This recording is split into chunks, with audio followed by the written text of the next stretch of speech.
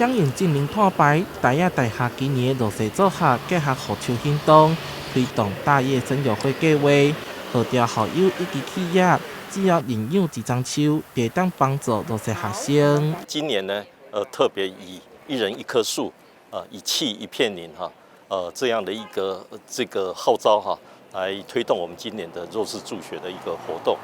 那这个是结合了弱势助学，还有这种树减碳哈。台亚大厦校友总会抛砖引玉，率先捐出20万，希望会当发挥爱心，帮助母校，让弱势学生会当安心上课。这因上坚强的后盾。那其实据我所了解呢，大一大学学生呢60%-70%的都是经济不利的一个环境。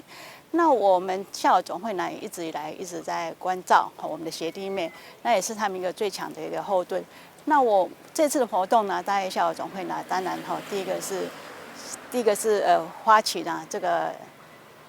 响应这个活动哈，那这次呢，我们发起了20万，后续呢，我们还会继续呢，邀请我们的校友共襄盛举。